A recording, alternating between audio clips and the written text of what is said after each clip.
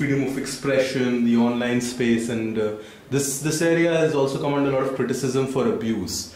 Now, how does, and especially abuse towards women or gender-based abuse, now how do you look into these two areas? How do we have freedom of expression, and how do we still curb online abuse or abuse towards women and towards different genders without preaching too much into that space? At the cost of nuance, I will state it clearly in one sentence.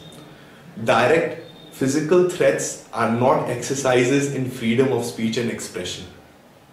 As an illustration, hence, if I threaten a woman with rape online directly to a specific individual, it's a direct threat by itself.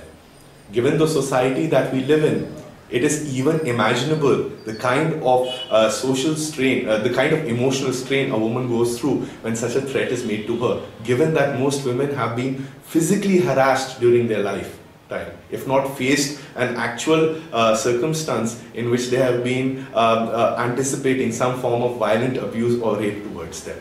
So, a direct physical threat online, especially one towards women, is not an exercise in freedom of speech and expression.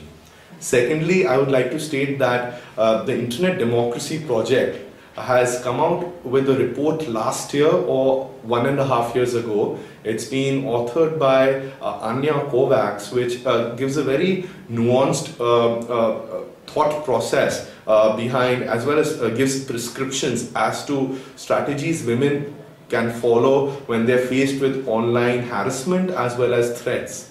It is a criminal action, no doubt. However, at the same point of time, what one notices is that a lot of times when even FIRs are registered, even people are traceable, a lot of times people say that these comments are made anonymously and let's attack anonymity per se. I would say no, that's not the way people should go about it. The police should register a FIR, they should send a proper notice to an online intermediary, discover their identity and prosecute them with the full force of law. If we have a sizable number of convictions and we can then present this data as well as effectively build public campaigns as to the consequences of online harassment and threats against women, I would see a great deterrence being built where people will know the consequences of their actions as well as understand those actions by themselves. It also has to do to some degree, with inherent misogyny in mass media. However, I would say that curbing that will be curbing that freedom of expression. Mass media is only reflective of social prejudices by itself. It does further it to some degree, but the costs towards curbing that are incredibly high.